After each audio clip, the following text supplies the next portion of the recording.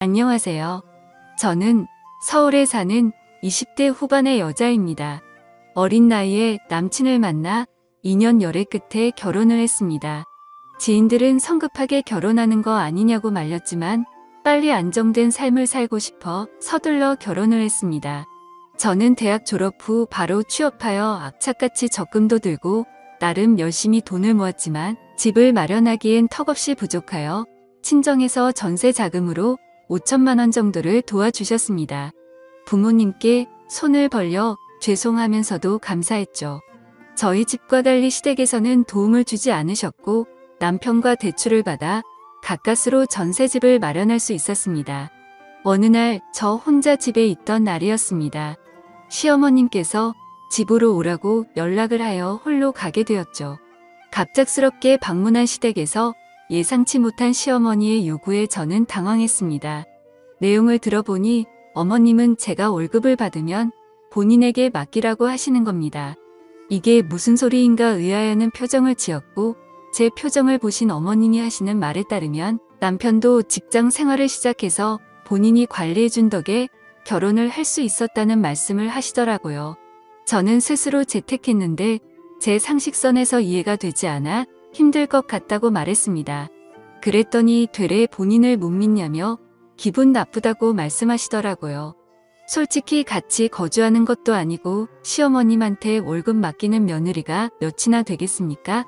만약 어머님 말대로 따른다면 매번 돈을 타서 쓰는 것도 말이 안 된다고 생각했습니다. 어머님은 저의 거절 의사에 불쾌해하셨고 그날 이후 계속해서 별일도 아닌 일에 딴지를 걸기 시작했습니다. 어버이날 선물로 준비한 스카프를 보시더니 이건 지나가는 개도 안 하겠다. 보는 눈이 왜 이렇게 촌스럽니? 완전 시골 노인네 패션이네 하셨고 나름 요리 솜씨를 발휘해 음식을 대접했을 때는 이게 사람 먹으라고 만든 거니 네 맛도 내 맛도 아닌 음식을 가져오면 어떡하니? 쓰레기 봉투값이 더 들겠다. 라며 온갖 트집을 잡았습니다. 저런 말을 들었을 때 너무 당황하여 아무 말도 하지 못하였습니다. 저를 지나가는 남보다 못하게 대하는 어머니 때문에 시댁에 가고 싶지 않았습니다. 옆에서 본 남편은 그만하라고 어머니를 나무랐고 그럴 때면 어머님은 오히려 기세등등한 태도로 저에게 더 모신 말들을 퍼부었습니다. 어느 날은 저희 집으로 연락도 없이 방문해 대뜸 주방으로 가서 냉장고를 열어보시더니 너는 살림한다는 애가 이게 뭐니? 냉장고 정리를 하고 살긴 하는 거니? 먹을 거라곤 김치 쪼가리뿐이구나 하며 잔소리와 함께 냉장고에 있던 반찬통들을 바닥으로 던지기 시작했습니다. 어머니의 몰상식한 태도에 저는 멈춰달라고 말씀드려도 듣지 않는 태도에 화가 나서 솔직히 저도 살림만 하는 주부 아니고요. 밖에서 일도 하는 사람이에요. 남편이랑 동등하게 일하고 오는데 살림까지 완벽하게 바라시는 건 욕심 아니세요? 하고 말했습니다. 어머님은 어디서 말대답이야? 너네 친정에서는 시어머니한테 그따위로 말대답하라고 가르쳤니? 가정교육을 어떻게 받은 거야? 여자가 결혼을 했으면 당연히 살림도 신경 써서 해야지 하며 고리타분한 이야기를 시작하셨습니다. 무식한 사람이라 대화가 안 통했고 너무 짜증나 대답도 안 했더니 너 우리 아들 월급 친정 가져다 주니? 집안 꼴도 거짓꼴이고 나는 너가 대체 그 돈들을 어디다가 쓰는지 도통 모르겠다고 저에게 따지듯이 말씀하셨습니다. 어이가 없어 어머님을 보며 친정이 저희 집보다 더 잘 살아요. 쓸데없는 이야기 하시려고 연락도 없이 오신 거예요? 물었습니다. 듣고 있던 어머님은 내 아들 집에 맘대로 올 수도 있지. 이게 너만 사는 집이니? 그리고 살림이 꼴날 줄 알고 니네 월급 나한테 주라고 했던 거야. 그럼 내가 와서 집도 정리해주고 너네도 얼마나 좋니? 라며 아무렇지 않게 말하시더라고요. 그동안 저한테 모질게 했던 이유가 맡기지 않은 월급 때문이란 걸 알게 되었죠. 이야기가 끝나지 않으면 안 가실 것 같아 우선 남편과 상의해보겠다고 말씀드리고 그만 가시라고 인사했습니다. 저는 남편이 오기만을 기다렸고 오자마자 오늘 있었던 일을 이야기했습니다. 남편은 오히려 아무렇지 않게 엄마가 그렇게 하라고 했으면 그렇게 집안을 해주고 하면 우리도 편하고 좋지라고 대답하더군요. 결혼하면 부모로부터 독립하는 건데 이건 잘못된 행동이라 반박했고 남편은 기나긴 논쟁 끝에 저의 의견을 따르기로 했습니다.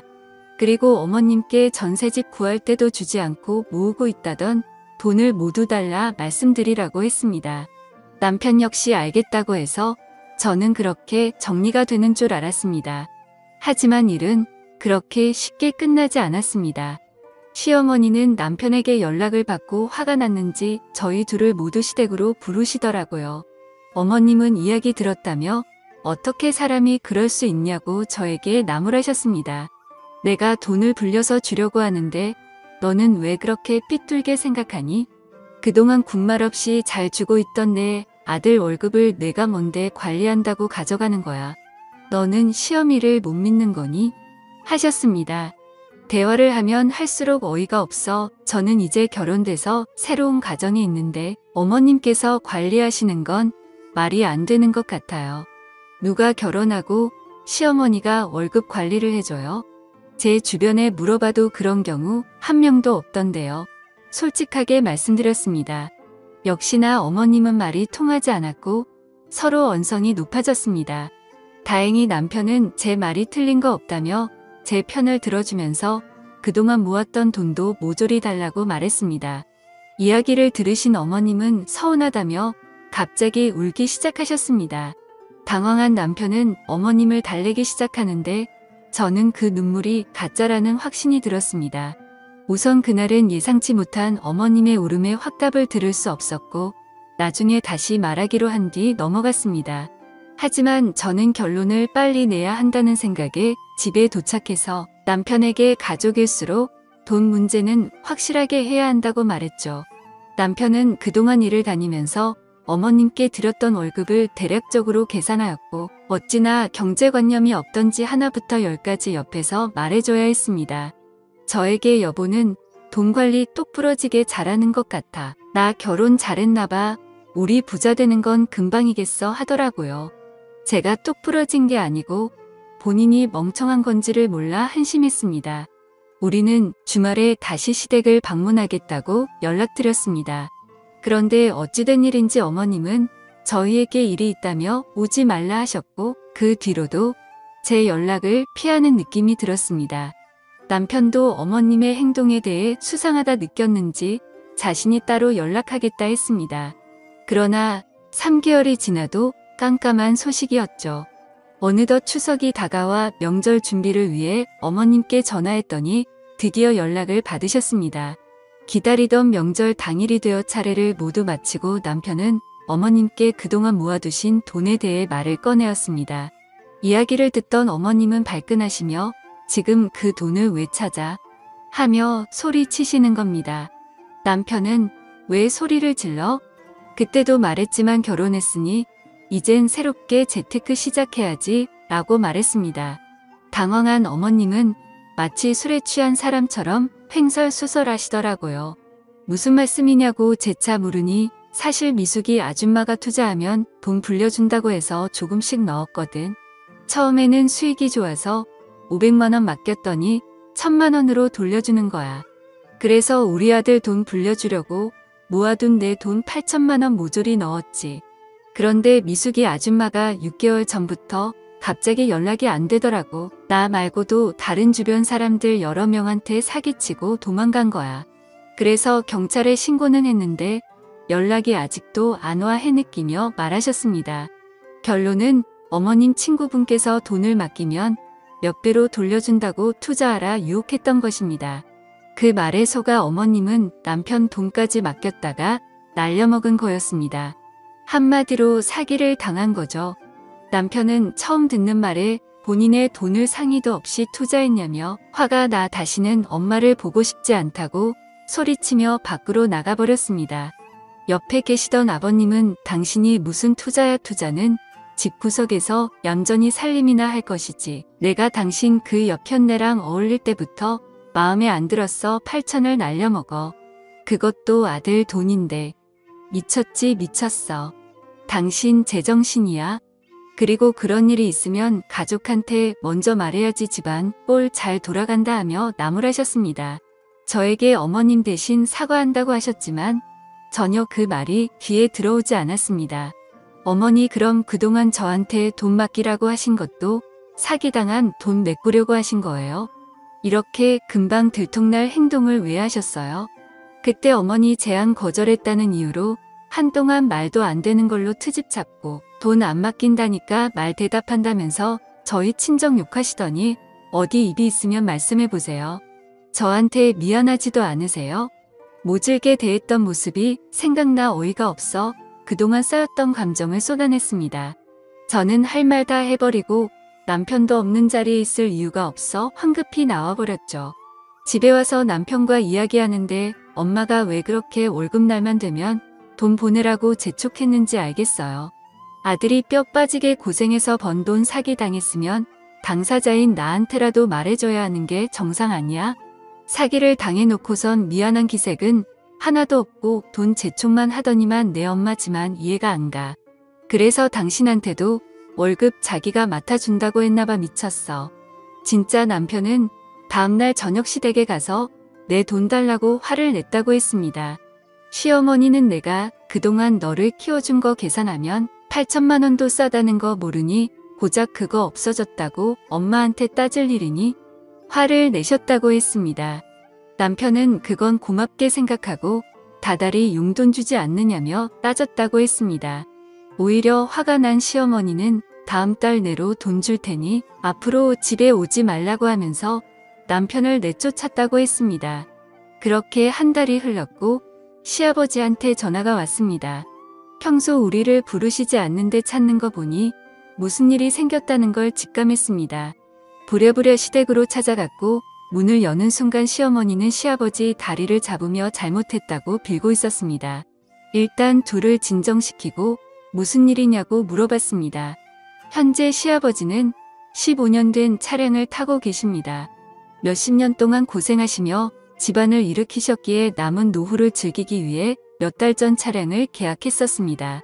기다리던 새 차가 나온다는 소식에 잔금을 치르기 위해 이체를 하라고 하니 잔액이 부족하다고 떴다고 하시더라고요. 시아버지는 당장 은행으로 달려가 따졌으나 전산을 확인하니 익숙한 이름으로 돈이 송금됐다는 걸 확인했다고 하셨습니다. 이름을 곰곰이 생각해보니 시어머니의 지인인 걸 알아채신 뒤 집으로 돌아와 지금 이 상황이 됐다고 하셨습니다.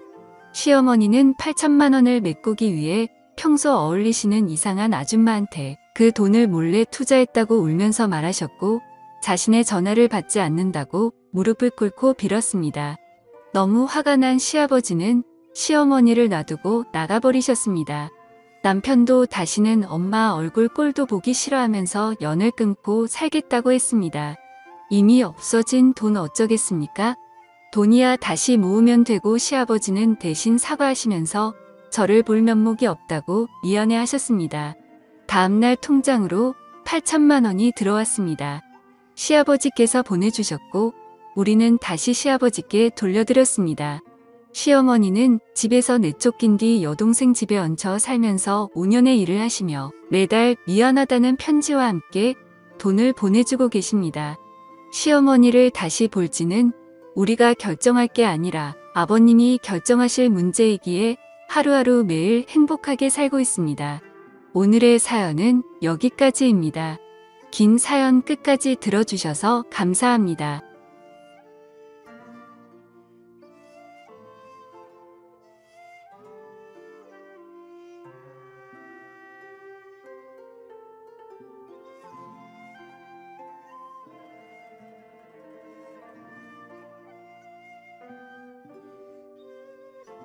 여자친구와 거의 하루 종일 항상 붙어 있었던 것 같습니다. 학교에서도 수업이 다른 시간만 제외하고는 항상 만났고 집도 근처라서 같이 몇 시간씩 수다를 떨면서 집에 데려다 주고는 했죠. 그리고 동네에서 산책을 하다가 우연히 여자친구의 어머님도 만나 뵙게 되어서 인사도 드렸고 점심으로 같이 식사도 몇 번 하게 되었습니다. 행복하고 좋은 시간은 왜 이리 순식간인지 3달이라는 짧은 시간은 순식간에 흘러가게 되었네요. 여자친구는 저를 위해 강원도 춘천까지 함께 가주었고 저희 부모님과도 처음으로 인사를 주고 받게 되었습니다. 그런데 생각보다 여자친구의 반응이 별로 아무렇지 않다는 듯해서 내심 서운할 뻔했습니다. 하지만 아니나 다를까 마지막으로 입구에서 들어서기 전에 여자친구는 펑펑 울었습니다. 저희 부모님도 계시고 제가 마음에 걸려 할까 봐서 아무렇지 않은 척 애를 써준 거였죠. 그런 모습을 보고 있으니 저도 덩달아 눈물이 터질 것만 같았습니다. 그래서 얼른 부모님과 여자친구에게 마지막 인사를 건네고 재빨리 안으로 들어가 버렸네요. 정말 한동안은 환장하겠다 싶을 만큼 시간이 더디게 흘러가더군요. 지금도 잊지 못할 첫 휴가 때의 시간도 생생하고 매번 휴가를 나올 때마다 저를 위해 모든 시간을 제게 쏟아준 여자친구였습니다. 학생이라 돈도 없을 텐데 알바를 했다면서 제가 돈을 내는 걸 긋고 말리고 항상 선물을 한가득 손에 쥐어주었죠. 그런 여자친구를 보면서 저는 얼른 사회생활을 해서 내 여자친구에게 모든 걸 다 해주고 행복하게 해주겠다고 다짐 또 다짐했었죠. 그렇게 국방부 시기는 꾸역꾸역 흘러가게 되었고 제가 병장이 되었던 때입니다. 말년 휴가를 2달 남짓 남겨두고서 여자친구와 통화가 되지를 않더라고요. 무슨 일이지 싶어서 밤새도록 잠도 제대로 한숨도 못 잤죠. 다음날 아침 점호가 끝나자마자 곧장 여자친구에게 전화를 걸었습니다. 그때서야 여자친구가 전화를 받더라고요. 뭔가 모르게 목소리가 살짝 달라서 이상했지만 무슨 일인데 전화가 안 된 거냐고 짜증내듯이 물어보았습니다. 여자친구는 어제 감기 몸살이 너무 심해서 약 먹고 잠들었다며 미안하다고 하더라고요. 그래서 목소리가 이상했구나 싶어서 갑자기 챙겨주지 못하고 짜증만 내서 미안한 마음이 들었습니다. 저는 걱정되고 깜짝 놀래서 짜증난 것 같다며 미안하다고 말했고 아플 텐데 약 먹고 쉬라고 하고는 통화를 끊었습니다. 그렇게 일과 시간이 끝나고도 한참 뒤에 저녁이 다 되어서 다시 전화를 걸었습니다. 여자친구는 지금은 몸이 좀 괜찮다고 대답을 해주었고 저는 안심을 하게 됐죠. 그런데 여자친구가 사실 할 말이 있다고 하더군요. 저는 진지한 여자친구의 말에 무슨 일이지 싶어서 가슴이 내려앉는 기분이었습니다. 무슨 일인지 물어보니 여자친구가 할머니가 미국에 계시는데 지금 안 좋은 일이 있는데 돌봐줄 사람이 없어서 자신이 몇 달간 갔다 와야 할 것 같다더군요. 그러면서 아마 미국에 있어서 통화가 어려울 것 같은데 저녁 조심히 하고 금방 돌아오겠다 하더라고요. 저는 나름 걱정한 것보다는 다행이라는 생각에 그럼 조심히 다녀오고 편지라도 꼭 하라고 했습니다. 그렇게 그날 여자친구와 마지막으로 통화를 하게 되었습니다. 안 그래도 더딘 국방부 시기에는 여자친구가 미국으로 떠나고 나서부터는 시간이 더욱 더디게 가더군요. 하지만 결국 시간은 더디게 흐르고 흘러 저는 드디어 전역을 하게 되었죠. 당연히 전역을 하고서 여자친구와 함께 여행도 가고 행복한 시간을 가질 줄 알았습니다.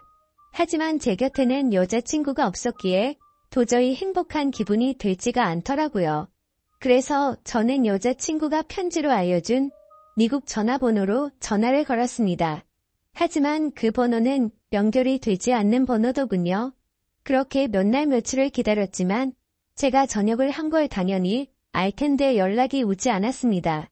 저녁의 기쁨보다도 우울한 기분만이 가득했습니다. 온갖 생각이 다 들더니 내게 거짓말을 하고 나를 버린 건가라는 생각이 들더라고요. 도저히 참지 못하고 며칠 동안을 여자친구의 집 근처를 배회하였습니다. 그러다가 제 두 눈을 의심하면서 심장이 내려앉는 것만 같았습니다. 미국에 갔다던 여자친구가 아파트 단지로 들어오더니 집으로 향하더군요. 저는 너무 화가 나서 당장 뛰어가서 크게 소리를 지르면서 불러 세웠습니다. 깜짝 놀란 여자친구는 엄청 당황해하는 표정을 짓더니 갑자기 울어버리더군요. 저도 너무 당황한 나머지 갑자기 왜 그러냐면서 어깨를 토닥여 주었습니다. 그러자 갑자기 제게 정말 죄송해요 라고 하더라고요. 갑자기 존댓말로 미안하다고 하는데 이게 무슨 일인지 도저히 이해가 되지 않았죠. 그렇게 아무 말 못하고 있으니 여자친구인 줄 알았던 그녀는 지혜 언니의 쌍둥이 동생이랍니다. 여자친구에게 쌍둥이 동생이 있다고 얼핏 들은 것 같은데 이렇게 똑같이 생겼을 줄은 몰랐죠. 저는 울고 있는 여자친구의 동생에게 제가 소리 질러서 많이 놀랬죠. 제가 죄송해요 하고 말했습니다. 그런데 아무 말 없이 펑펑 울기만 하더라고요. 이걸 어떻게 해야 하는 건가 당황해하는데 뒤에서 제 이름을 부르는 익숙한 목소리가 들렸습니다. 뒤를 돌아보니 여자친구의 어머니셨고 어머님은 보자마자 저를 안아주면서 그동안 고생 많았겠다고 말씀해 주시더군요. 그렇게 혼란스러운 상황은 진정이 되었고 셋이서 함께 여자친구네 집으로 올라가게 되었습니다. 난감한 그 상황에 여자친구를 찾는 게 예의가 아닌 듯해서 가만히 있었습니다. 그러다가 어머님은 어렵게 첫 마디를 꺼냈습니다. 사실 진작에 이 얘기를 해줬어야 했는데 너무 늦게 알려줘서 미안하다고 말씀하시더군요. 사실은 그랬습니다. 경장이 되고 연락이 안 되던 그날 밤 여자친구는 집으로 돌아오던 길에 음주 뺑소니 사고가 일어났고 그 자리에서 구급차로 응급실로 갔지만 결국에는 세상을 떠나고 말았다고 했습니다. 저는 그 충격적인 말을 듣는 순간 눈물이 터져버렸습니다. 어릴 때를 제외하고 울어본 적이 없었던 그런 제가 저도 모르게 눈물이 났죠. 제가 우는 모습을 보고는 어머님과 여자친구의 동생도 같이 눈물을 흘렸습니다. 어머님은 제가 이런 소식을 들으면 얼마 남지 않은 군대 생활이 너무 걱정이 됐고 혹시라도 나쁜 마음 가져서 타령을 하거나 사고를 칠까 봐서 이 사실을 숨기셨답니다. 그래서 다음날 여자친구의 동생을 시켜서 전화를 받게 했던 거였죠. 여자친구처럼 배려심이 깊은 어머님은 나름대로 저를 생각해서 거짓말을 하셨던 겁니다. 하지만 저는 도저히 그 상황에서는 화가 나서 참지를 못하겠더라고요. 아무리 그래도 그렇지 어머님도 힘드신 건 아는데 이건 아닌 것 같다면서 말을 했습니다. 정말 죄송하지만 지금 당장은 나가볼 테니 다음에 다시 뵙자고 말씀을 드렸습니다. 그러자 제가 너무 걱정이 되었는지 어머님과 여자친구 동생의 번호를 제게 적어주시면서 마음 좀 추스르고 궁금한 거나 힘든 거 있으면 언제든지 연락하라고 하시더군요. 그런 착한 어머님의 마음씨를 보고 있으니 눈물이 더 쉴 새 없이 나더라고요. 소중한 딸을 잃어서 마음이 아프신데 불구하고 저를 배려해 주시는 모습에 죄송했습니다. 어머님과 동생에게 제가 너무 당황스러워서 그렇다며 정말 죄송하다고 하고는 나갔습니다. 저는 도저히 제 마음이 추스러지지가 않았습니다. 며칠 동안 방 안에 틀어박혀서 술만 마셔댔지만 울고 또 울었습니다. 부모님도 제 이야기를 얼핏 알게 되셨기에 저를 걱정은 하셨지만 따로 건들지는 않으셨죠. 그때는 정말 너무 많이 힘이 들었습니다. 술을 마셔도 눈물이 나고 가만히 있어도 눈물이 나고 또 화장실에서 용변을 보다가도 눈물이 나더군요. 순간순간 울컥해버려서 너무 마음이 아팠습니다. 그렇게 착한 여자친구를 이렇게 데려간 하늘이 원망스러웠고 음주운전으로 뺑소니를 쳤다는 그 인간 같지 않은 인간도 원망스러웠습니다. 그 사람을 찾아갔다가는 돌이킬 수 없는 사고를 칠 것만 같아서 겨우 참아냈었죠. 지금 와서 어떻게 한다고 하더라도 돌이킬 수가 없는 일이었습니다. 짧지만 20살에 3개월을 내내 붙어 다녔고 항상 함께하지 못했지만 2년 가까이 매일 같이 통화를 하고 휴가 때 함께 행복한 시간을 보냈던 해맑고 예쁜 여자친구가 너무 보고 싶었습니다. 그러다가 결국 술에 너무 취한 나머지 여자친구와 너무나도 닮은 여자친구의 동생에게 전화를 걸었습니다. 궁금한 게 있어서 그런데 잠시 시간을 내줄 수 있냐고 물었고 그녀는 알겠다고 대답을 하더라고요. 그렇게 무작정 찾아갔더니 여자친구와 똑같이 생긴 그녀는 미리 나와 있었습니다.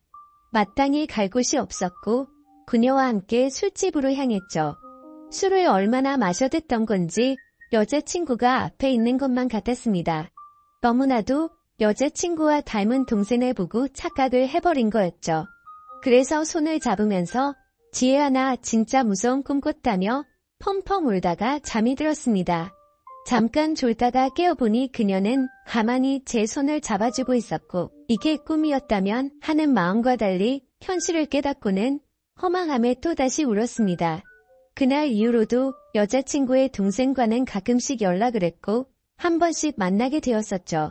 처음에는 여자친구를 너무 그리워해서 여자친구와 닮은 그녀라도 보고 싶다는 생각에 만났습니다. 하지만 시간이 지나면 지날수록 그녀에게서 또 다른 마음이 생기기 시작했습니다. 그 힘든 와중에도 아무 말 없이 제 푸념을 받아주고 손을 잡아주던 모습 때문인가 싶었죠. 하지만 그것 때문만은 아니었습니다. 외모적으로는 여자친구와 너무 닮았지만 조금씩은 다른 부분도 많다는 걸 알게 됐고 행동들 하나하나가 여자친구와는 많이 다르다는 걸 느꼈었습니다. 정말 제 자신이 너무나도 미웠습니다. 그런 제 마음을 스스로 인정하기가 버거웠고 여자친구가 떠난 지도 2년이 다 되어가던 때였습니다. 그날도 오랜만에 그녀를 만나게 되었고 한결같이 제 이야기를 들어주더군요. 그래서 저는 단도직입적으로 물었습니다. 괜히 나를 만나서 언니에 대한 마음 정리가 안 되고 더 힘들어지지 않냐고 물어봤죠. 그러자 오히려 그 반대라고 말하더군요. 자신도 쌍둥이여서 더욱 애정이 갔던 친언니가 세상을 떠나고 너무 힘들었답니다. 그날을 잊고부터 몇 달이 지나도 저와 똑같이 매일같이 울면서 지냈었던 거죠. 하지만 오히려 저를 처음 본 그날은 평소보다는 마음이 한결 가벼워졌다네요. 그리고 나서도 저와 보면 볼수록 마음이 조금씩은 나아졌던 것 같답니다. 제 생각과는 달리 의외의 대답에 그나마 다행이구나 싶더라고요. 그렇게 해가 거듭될수록 제 아픔도 조금씩은 치유가 되어갔던 것 같습니다. 하지만 제 마음속에는 그녀가 조금씩 더 자리를 잡아갔었죠. 그래서 일부러 그 마음을 억제하려고 연락도 더 뜸하게 하려고 노력했었습니다. 그렇게 그날 이후로는 그녀의 연락도 일부러라도 더 피하게 되었고 세 번째 기일을 함께 보내려고 어쩔 수 없이 다 같이 만난 날이었습니다. 저녁 이후로 연애를 전혀 하지 않는 걸 아셨는지 여자친구 어머님이 말씀하셨습니다. 너처럼 착한 남자애가 또 있겠냐고 하시면서 더 이상은 기일에 그만 와도 된다고 말씀하시더군요. 제가 이 정도까지 했으면 지혜도 충분히 하늘에서 고마웠을 거랍니다. 하늘이 정해준 운명이 이렇게까지밖에 안 됐던 건 아쉽지만 산 사람은 살아야 하지 않겠냐고 말씀하셨죠. 그리고 아직 젊은 청춘인데 도대체 왜 연애를 하지 않냐며 저를 꼬지지시더군요. 그때 괜찮다고 몇 번을 거듭 말씀드렸지만 어머님은 완고하셨습니다. 다음부터는 지혜 기일에는 참석하지 말라고 못 박으셨죠. 아무튼 그렇게 다 같이 시간을 보내고 있는데 어머님께서는 다 큰 남녀들이 집에서만 궁상 떨고 있지 말라면서 둘이 오랜만에 봤을 텐데 나가서 술이나 한잔하라면서 내보내시더군요. 그렇게 그녀와 저는 둘이서 술집에서 술을 한 잔씩 기울였습니다. 마지막으로 본 지도 거의 1년 만에 함께하는 자리라서 서로가 어색했었죠. 서로의 안부를 물어보면서 이야기를 이어가다가 점점 술에 취하더니 서로의 속내를 내비치게 되었던 것 같습니다. 그녀는 제게 왜 그동안 연락도 피하는 것 같이 그러냐며 이제는 자신을 보지 않아도 힘든 게 줄어들어서 필요 없어졌냐고 묻더군요. 솔직히 그렇게 생각할 줄은 상상도 못했었기에 저는 깜짝 놀라서 대답했습니다. 사람을 어떻게 보고 그러냐면서 절대 그런 거 아니라고 대답했죠. 그러자 그러면 왜 연락을 그렇게 피한 거냐며 따지듯이 묻더라고요. 술도 취했었고 갑작스러운 질문에 당황한 나머지 저도 모르게 말했습니다. 우리가 계속 만날수록 여자친구한테 미안한 것 같아서 라고 대답이 나와버렸고 그 말을 내뱉는 순간 아차 싶었습니다. 그녀는 왜 언니한테 미안한 건데요? 라고 묻더군요. 그때부터는 그냥 궁상맞게 핑계를 대느니 사실대로 말하기로 마음을 먹었습니다. 작년에 나를 만났을 때 내가 힘들지 않냐고 물었을 때 기억나냐고 했습니다. 그녀는 당연히 마지막으로 만났을 때 일이라서 기억난다더군요. 저는 솔직하게 말했습니다. 나도 모르게 점점 여자친구의 모습보다도 당신이라는 사람이 내 마음에 자리 잡아갔다고 했죠. 하지만 감히 어떻게 세상을 떠난 여자친구의 동생과 만날 수가 있겠냐며 내 마음이 자꾸만 흔들려서 일부러라도 계속해서 연락을 피한 거라고 했습니다. 그 말을 들은 그녀는 한참 동안 아무런 대답도 없었습니다. 그렇게 둘 다 어색하게 술만 한 잔씩 마시고 있다가 10분 정도를 가만히 있더니 고심 끝에 대답하듯 그녀가 말했죠. 저도 마찬가지예요 라고 대답하더군요. 순간적으로 제 귀를 의심하고 곧바로 되물었습니다. 마찬가지라고요? 저도 사실 계속해서 생각이 나서 한동안 너무 고민이 많았어요. 그래서 어떻게 지내는지 너무 궁금해서 연락하고 싶은 걸 참고 또 참았다네요. 그런데 어제 꿈에서 언니가 나왔는데 너무 생생한 꿈을 꿨답니다. 무슨 꿈이냐고 물어봤더니 언니가 너무 밝은 미소로 웃으면서 저를 잘 보살펴달라고 했다고 하네요. 사실 그녀도 자신의 속마음을 말할 생각 같은 건 절대 하지 않았는데 어제 그 꿈 때문에 언니도 우리가 만나길 바라는 게 아닐까 싶어서 고심 끝에 솔직한 마음을 말했답니다. 다른 사람들을 그렇게 배려하고 착한 여자친구가 생각나서 또 울컥하더군요. 그날 밤 저희는 그렇게 오랜 대화를 통해서 서로의 진심을 확인하게 되었고 결국에는 정말 조심스럽게 연애를 시작하게 되었습니다. 제게도 지혜의 마음에 절대 상처를 주지 않도록 그녀에게 평생을 바치겠다 마음을 먹었죠. 아마 그녀도 저와 같은 마음이었을 것 같습니다. 그렇게 연애를 시작하게 되면서 가족과 친구 그 누구도 저희가 사귄다는 건 몰랐습니다. 아무리 예쁜 사랑이라 할지라도 남들의 눈에는 어떻게 비춰질지 잘 알고 있었죠. 연애를 시작하면서 저희는 약속을 한 게 있었습니다. 같이 일해서 버는 돈 10분의 1을 저금하기로 하였고 평생 동안 봉사활동에 그 비용을 보태 쓰기로 했던 거였습니다. 하늘이 원망스러워서 봉사활동도 다 그만뒀었지만 왠지 하늘에서 편히 쉬고 있을 지혜를 위해서라도 그러고 싶었습니다. 그렇게 저와 그녀가 연애를 시작한 지도 5년이라는 시간이 금방 지나가더군요. 그날 이후로는 지혜의 기일에도 더 이상은 참석하지를 않았었죠. 하지만 내년 어머님의 생신에는 선물을 드리고 주기적으로 연락도 드려왔지만 동생과 연애를 한다는 사실은 차마 말씀을 드리지 못했었습니다. 모든 사람이 다 충격이 크겠지만 그 중에서도 어머님의 충격이 가장 크실 걸 잘 알았고 반대를 하시면 어떡하나 너무 걱정이 컸었죠. 5년이란 시간 동안 남들처럼 사소한 다툼이 있었지만 평생을 함께하기에는 제게 너무 완벽한 여자였습니다. 그래서 저는 더 이상은 이렇게 만나지 말고 모두에게 축복받으면서 행복하게 만나고 싶다고 했습니다. 그러자 알겠다고 대답을 얻게 되었고 저희는 어머님과 식사 자리를 마련했습니다. 어머님과 오랜만에 만나 뵙는 날, 큰 충격을 드리는 것 같아서 죄송했지만 의외의 상황이 벌어졌습니다.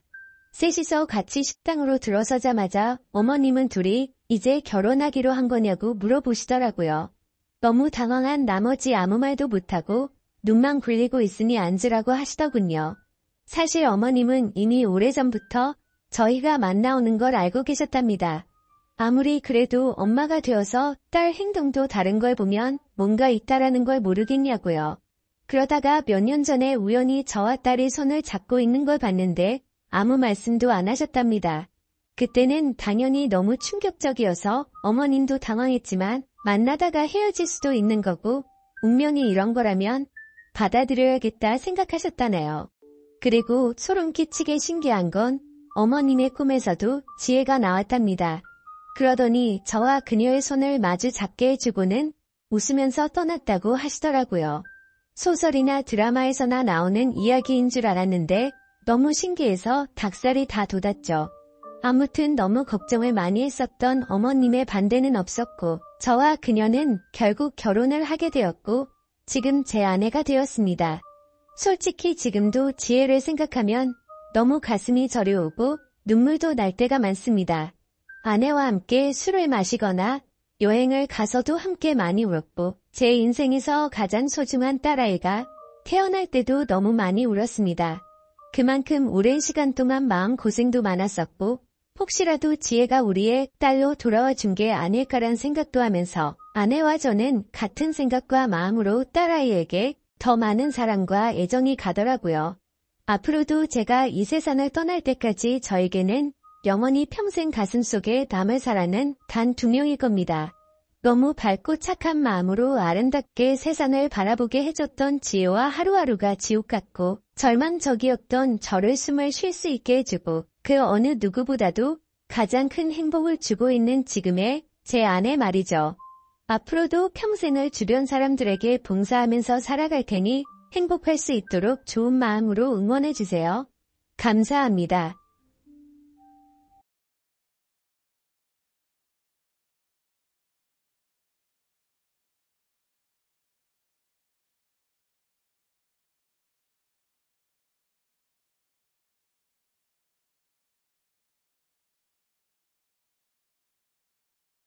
안녕하세요. 이런 곳에 사연을 보내게 될 줄은 정말 생각도 못했습니다. 말 주변이 없어서 어떤 것부터 적어야 할지 고민이네요. 우선 저는 올해 막 34살이 된 남자입니다. 제가 아내를 만난 것은 5년 전 친구의 소개를 통해서 만나게 되었습니다. 아내는 유치원 교사를 하고 있었고 저는 지방의 조그만 회사를 다니고 있었죠. 아내와 저의 나이 차이는 2살입니다. 아내가 27살 때 저를 만나 1년 연애를 하고 결혼을 했습니다. 아내의 집에서 제 아내는 장녀이고 밑으로 처제 한 명이 있고요. 아버님께서는 교사직을 하고 계셨습니다. 어릴 때부터 엄한 아버지 밑에서 교육을 받았지만 공부를 썩 잘하지 못했다는 아내는 특히 처제에게 열등감이 많았습니다. 처제는 공부를 잘해서 명문대를 갔거든요. 지방 전문대를 나와 유치원 교사를 하는 아내는 그런 것이 한이 맺힌 건지 항상 동생을 싫어했었죠. 그에 비해 사실 저희 집안은 아내 집에 비해서 더 평범합니다. 부모님은 평범하게 소기업 회사원 생활을 하시다가 은퇴하시고 귀농을 하셨습니다. 그런 저희 집이 못마땅한 건 장모님도 장인어른도 처제도 아니라 저희 아내였습니다. 말끝마다 저희 집안 이야기를 꺼내기가 쪽팔린다며 처제의 코를 어떻게든 납작하게 만들어야 된다고 말하더니 저랑 사귀면서도 동료 보육교사가 클럽에서 의사를 만나서 이번에 결혼한다는 둥 허황된 이야기를 하고 있더군요. 그런 문제로 교제 당시에는 몇 번은 헤어지기도 했습니다. 돈 많은 남자 찾아가라고. 나는 내 생활에도 만족 중이고 네가 원하는 만큼 우리 집이 갑자기 부자가 되거나 할 수가 없다고요. 그때마다 일주일도 안 돼서 저를 찾아와 무릎을 꿇고 베면서 다시 사귀자던 그녀였죠. 저도 그땐 그런 게 사랑인 줄 알았습니다. 헤어지고 나면 허무한 감정을 이기지 못해 이젠 싸우고 헤어지면 다시 일주일 만에 만나는 게 정상인 것처럼 헤어진 것을 헤어진 거라 받아들이지 않게 되었던 거죠. 아내의 그런 성향을 이해했던지라 저는 더욱 열심히 일을 하였고 그렇게 모은 돈을 기반으로 아내와 결혼을 하게 되었습니다. 장인어른, 장모님 2분 다 성격도 좋으신 분들이셨고 저희 부모님은 저만 좋으면 다 된 거다라고 말씀을 해주셨죠. 처제는 아내의 말만 들으면 지독한 여자 이미지였지만 결혼할 때가 되어서 만나게 된 처제는 생각과 다르게 천사표 여자였습니다. 어디서든 당당한 여자였기에 아내가 스스로 자격지심이 많구나 싶었습니다. 그렇게 결혼을 하고 얼마 지나지 않아 처제도 결혼을 했습니다.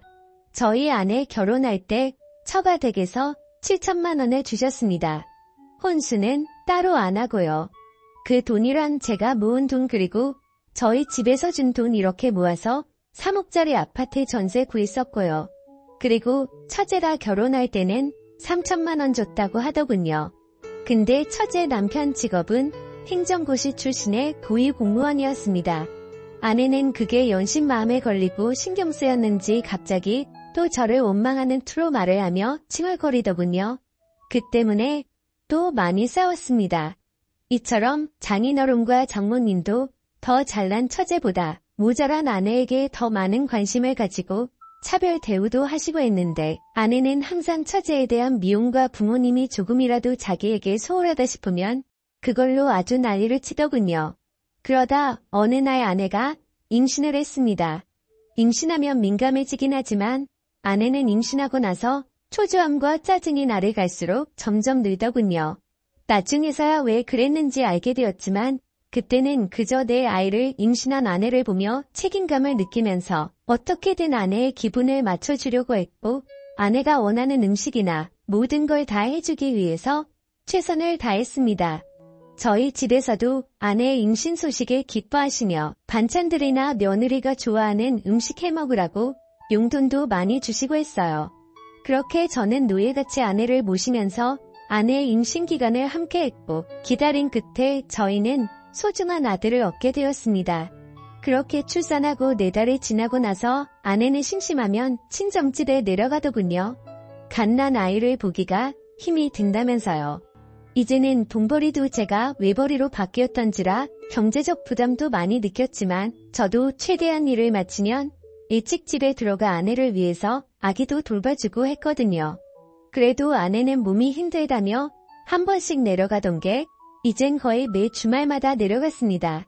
한 번, 2번이야 저도 따라가고 했지만 어느새 부터인가 아내가 내려가서 자신은 고향 친구들도 보고 싶고 해서 제가 따라오면 부담이 된다고 말하면서 혼자서 다녀온다고 말을 하더라고요. 그때부터 전 아내의 태도에서 뭔가 이상함을 느꼈습니다. 그러던 중 주말이 되자 한사코 저보고 따라오지 말라며 혼자서 처가를 내려가더군요. 그래서 집에 잘 도착한 건지 걱정이 되어서 아내에게 전화를 걸었더니 받지 않았고 장모님께 전화를 하니까 아이만 맡겨두고 친구랑 놀러간다며 말하고 바로 나갔다고 하더군요.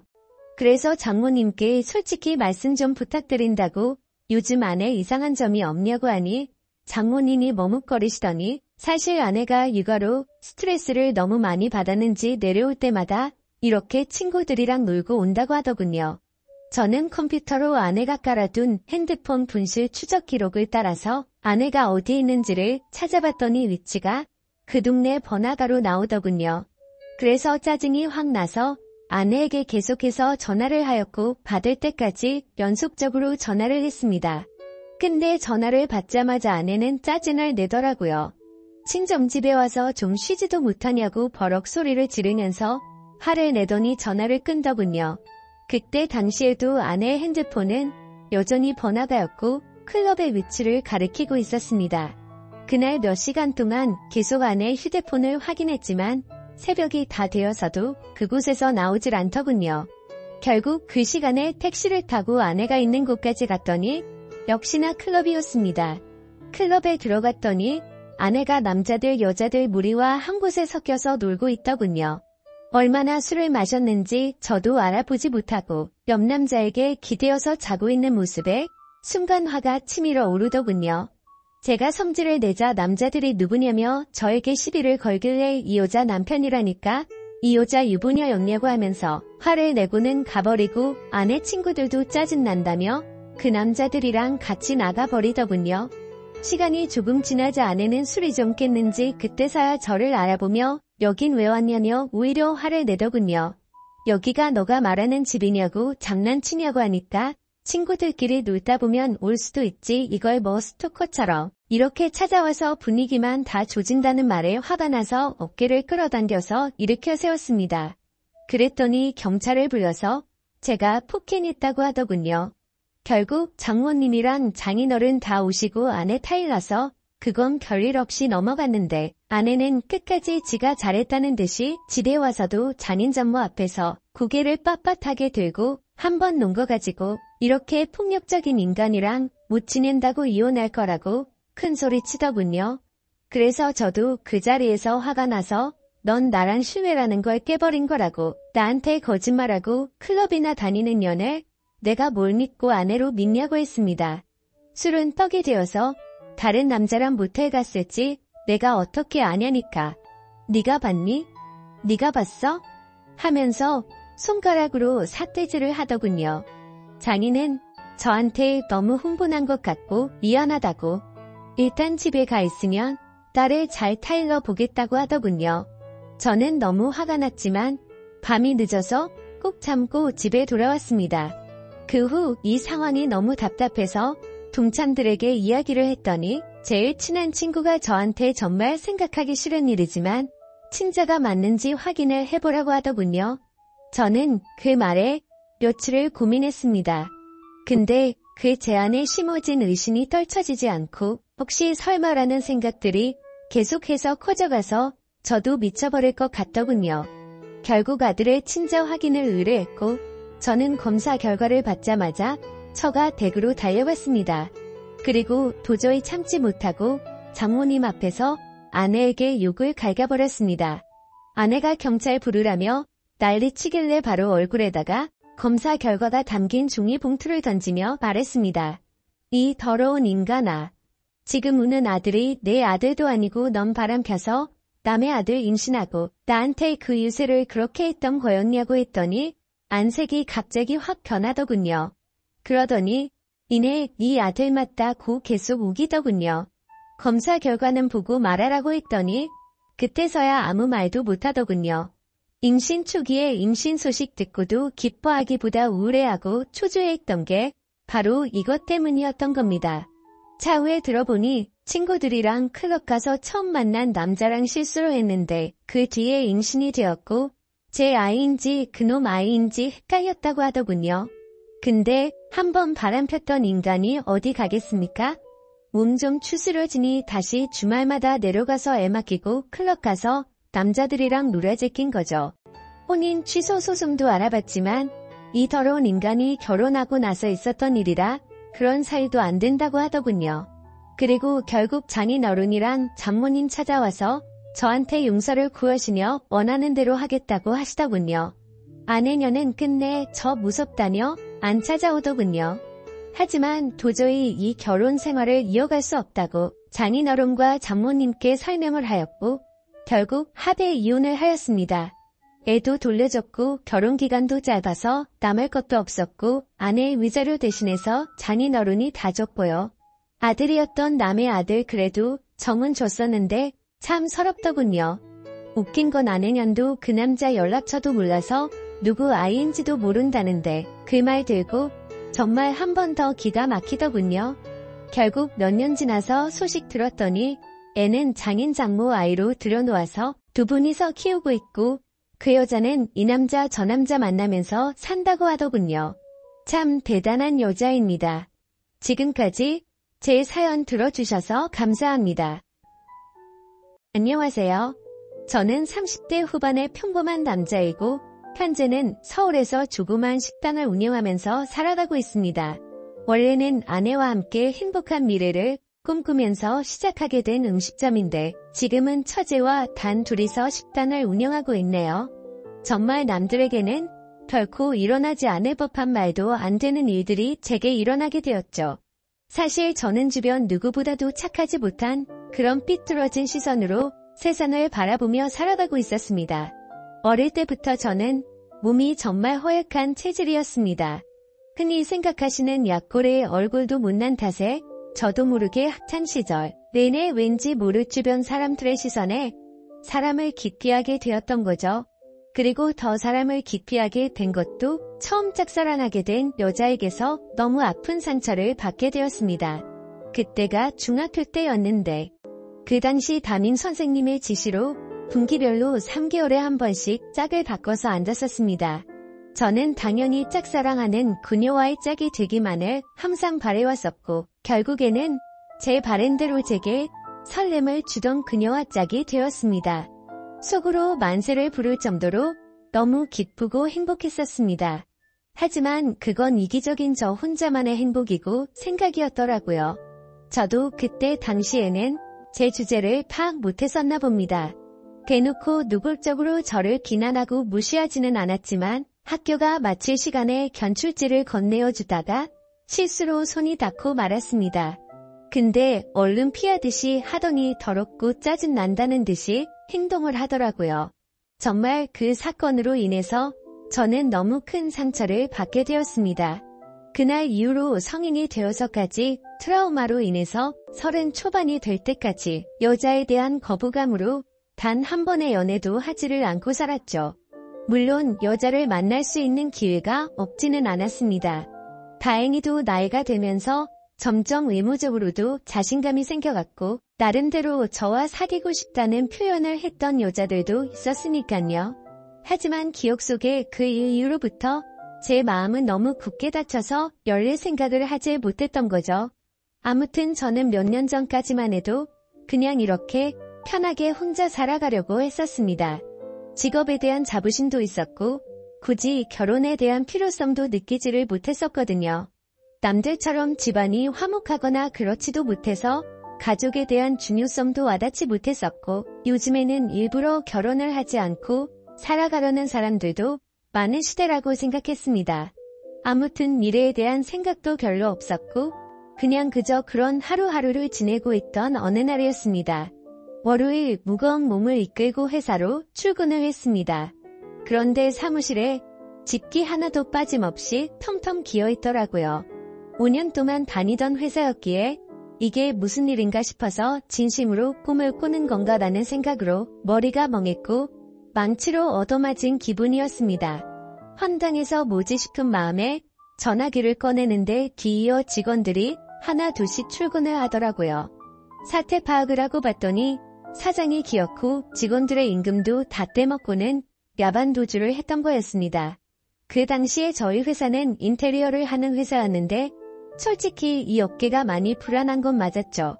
하지만 5년이란 시간 동안 동거동락했던 제게 말 한마디 없이 이렇게 도망가 버리다니 너무 충격적이었고 세상이 무너지는 기분이었습니다. 왜냐하면 월급이 조금 떼인 거라면 크게 상관없었겠죠. 하지만 사장과는 형 동생 하면서 제가 부사장 직함을 달고 있었고 공사했던 곳에서 대금 지급이 갑자기 미뤄졌다면서 급하게 융통한다며 제게 3천만 원을 꺼갔던 상황이었습니다. 남들에겐 적다면 적은 돈이겠지만 저에겐 정말 큰 돈이어서 충격이 어마어마했죠. 게다가 돈도 돈이지만 제 성격에 모든 사람들을 기피하면서도 외동인 제게 거의 유일하게 친형같이 생각했던 사람이 또 저를 배신하게 된 거였습니다. 저도 환장할 노릇인데 직원들은 제게 이게 어떻게 된 거냐고 물어보더니 시간이 갈수록 저를 다그치면서 몰아붙이기 시작하더라고요. 이러다가는 저도 공범으로 큰일 나겠다 싶었습니다. 저는 직원들에게 빚쟁이들이 올지도 모르니까 얼른 경찰에 신고부터 하자고 설득하고 신고를 하게 되었죠. 그리고서 몇 주가 지나도록 사건은 진척이 없었습니다. 이미 사장놈은 오랜 기간 동안 도주를 계획했던 건지 해외로 출국했는데 잡기가 쉽지 않을 거라고 하더군요.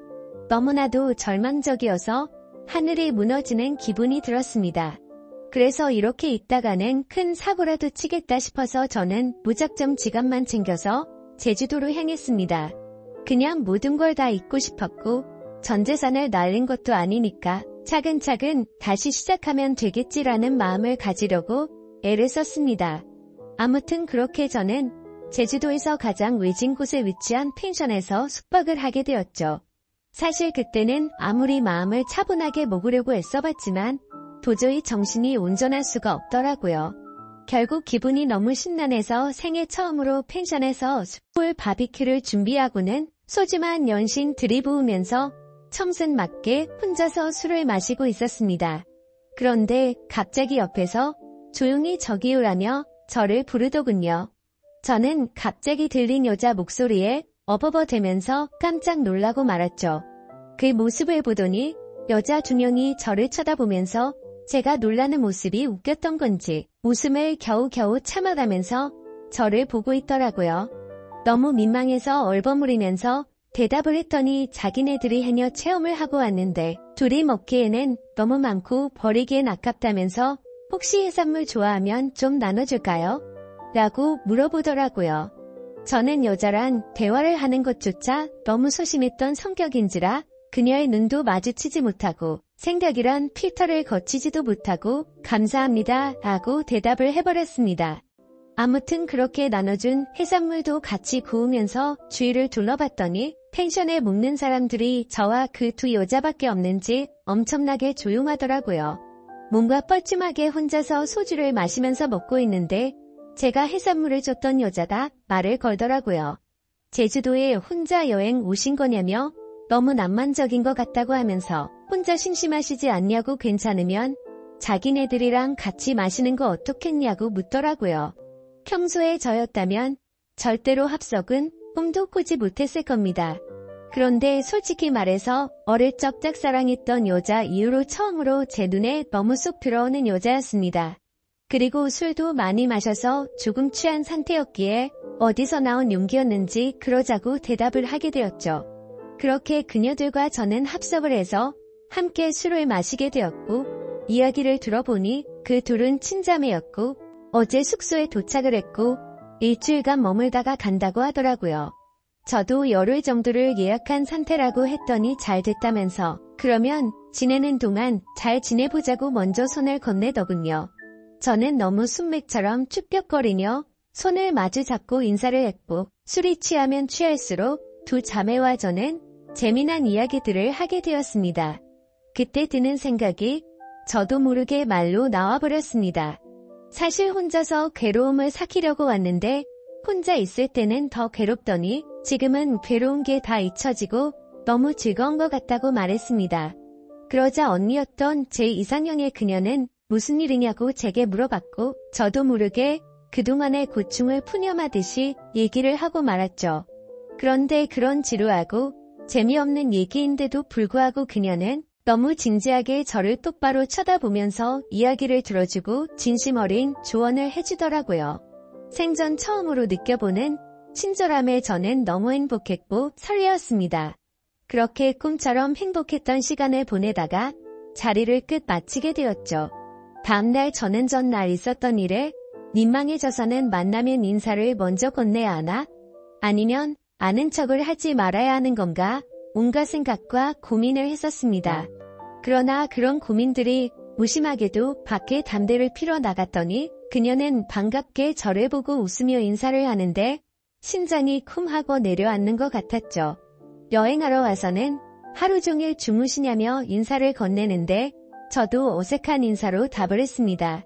그러더니 오늘 우리 같이 밥 먹으러 가기로 한 거 잊었냐면서 묻더라고요.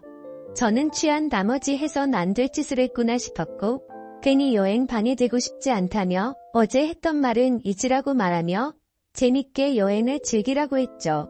하지만 그녀는 끝내 고집을 키우더니 결국 그날 하루 종일 두 자매와 저는 여행을 함께 보내게 되었습니다.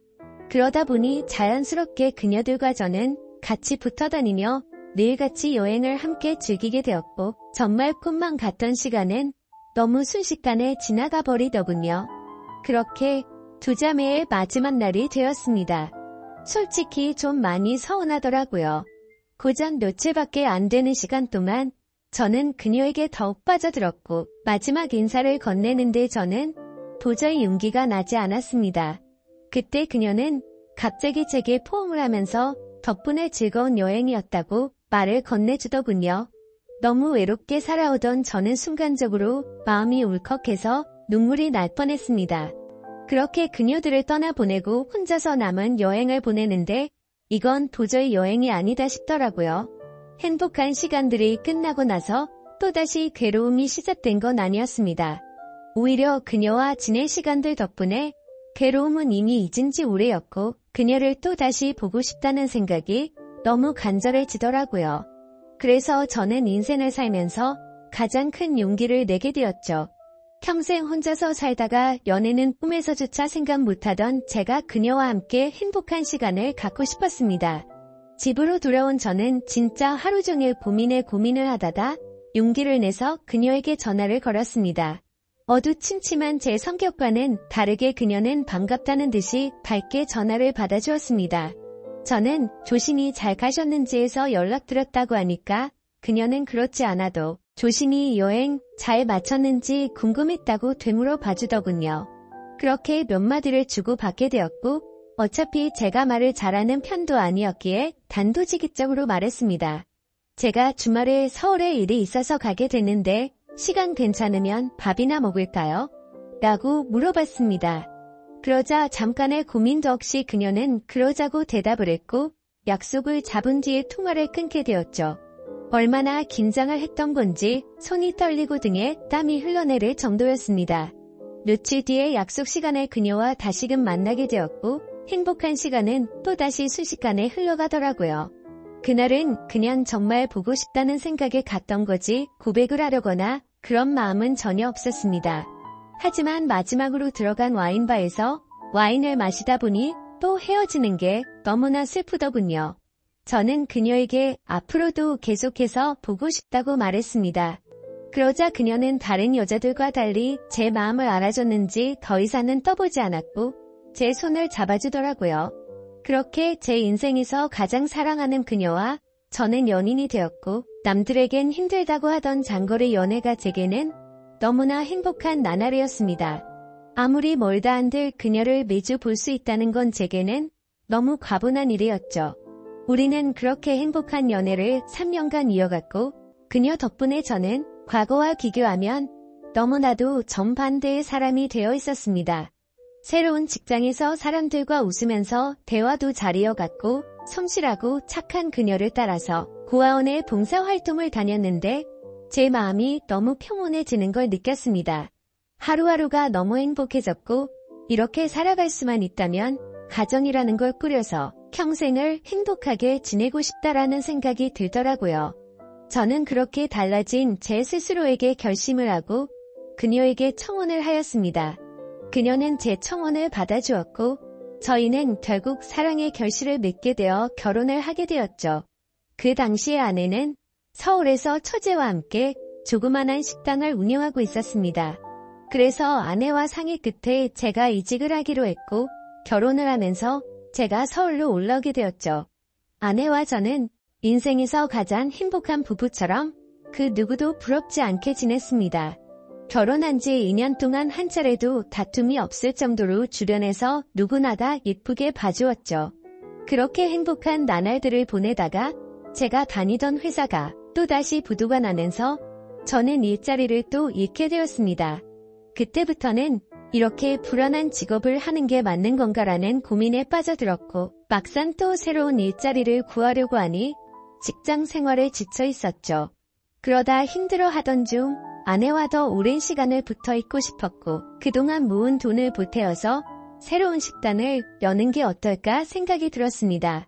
저는 인테리어 회사를 다니던 경험을 살려서 아내가 모르게 직접 발품 팔아서 새로운 식당 자리도 알아보고 양식에 어울리는 인테리어 포트폴리오를 만들어서 아내에게 말했습니다.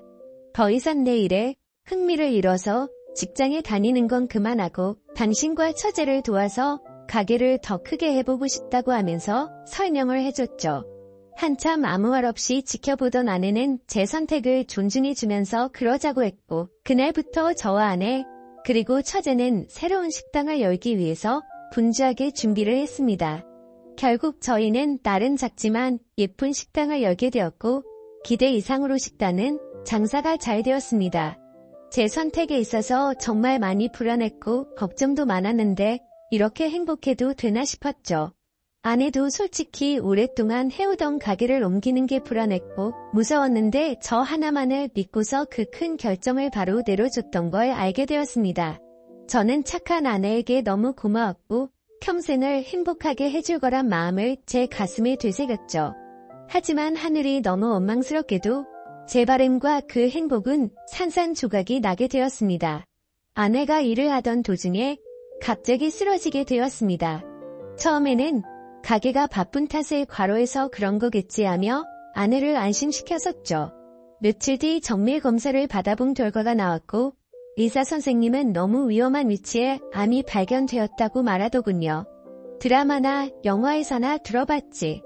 이런 일이 제 아내에게 생길 줄은 정말 상상조차 못했기에 그 자리에서 바로 눈물이 났습니다. 의사 선생님이 말을 이어갔습니다. 이런 말씀 들을 때가 자신도 가장 마음이 아프다고 하면서요. 솔직히 말해야 할 것 같다며 아무래도 너무 위험한 수술이 될 것 같다고 하면서 아내분에게도 솔직히 말씀을 드려야 한다고 하더라고요. 그 말을 듣는데 아내를 처음 만났던 제주도에서 처음 만난 그날 밤이 떠오르고 그동안의 일들이 순식간에 주마등처럼 지나가는데 저도 모르게 애처럼 펑펑 울어버렸습니다. 아내에게 이 모든 사실을 솔직하게 털어놓는다는 게 너무나도 어려웠습니다. 하지만 저를 저보다도 잘 아는 아내는 저를 보자마자 눈치를 채더라고요. 펑펑 울어서 알아본 건지 너무 경직되어 있는 저를 알아본 건지 저는 있는 사실 그대로를 말해줬습니다. 아내는 괜찮은 척하면서 오히려 저를 위로해주면서 말을 하더라고요.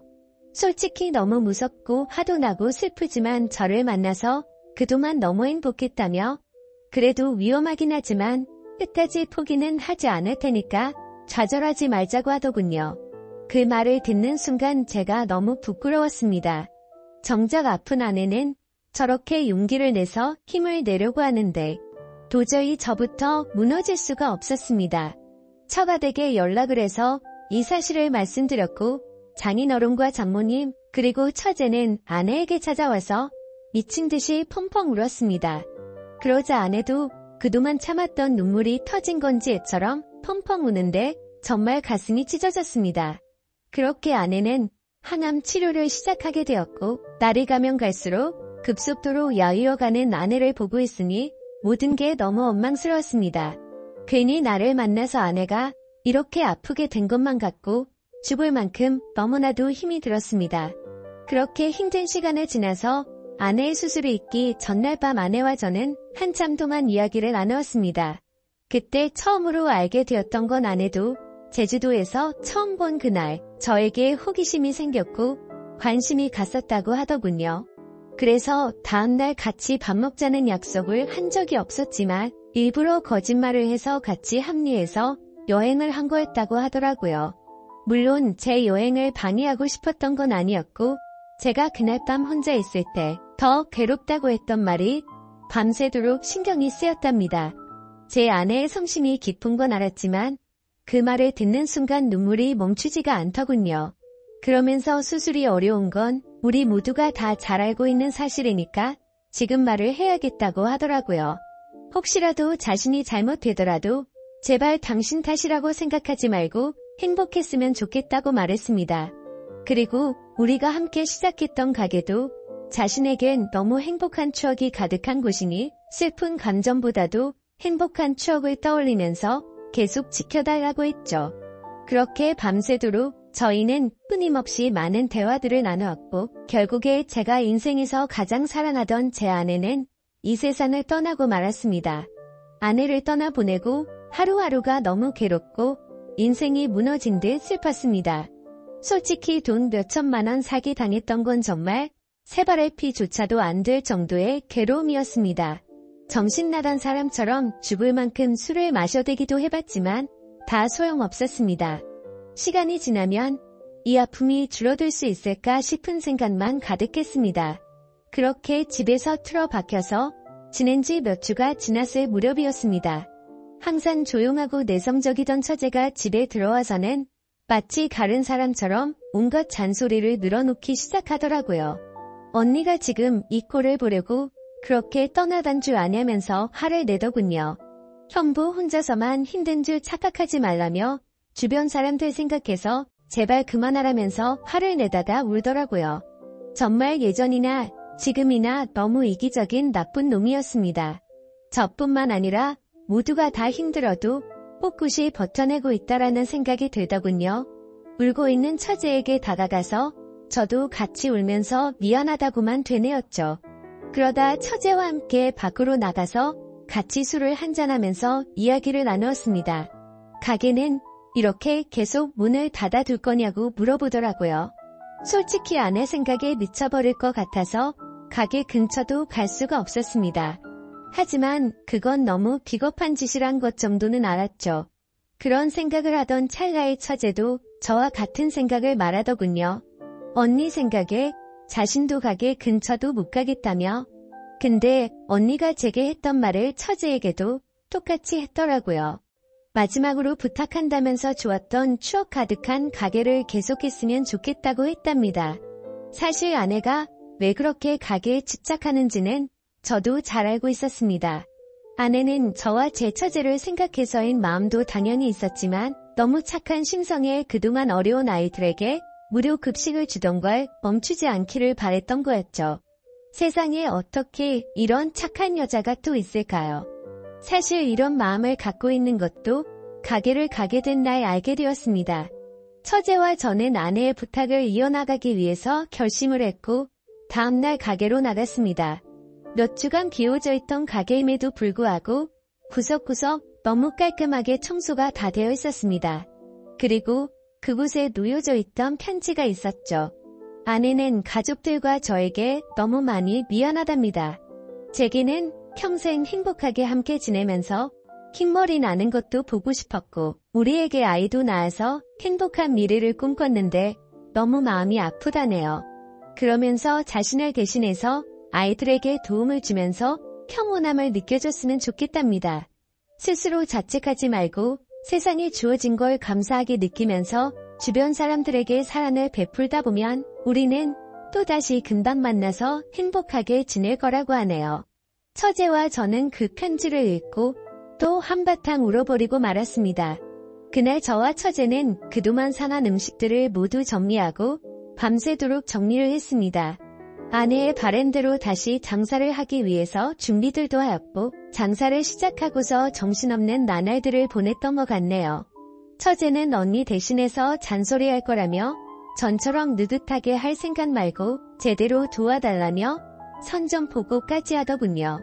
그러면서 꼴 간지가 뻑뻑해서 모려는 저를 핀잔 주더니 숟가락으로 치더니 순식간에 열더라고요. 이제는 예전보다 조금은 더 편해진 처제와 열심히 하루하루를 보내고 있네요.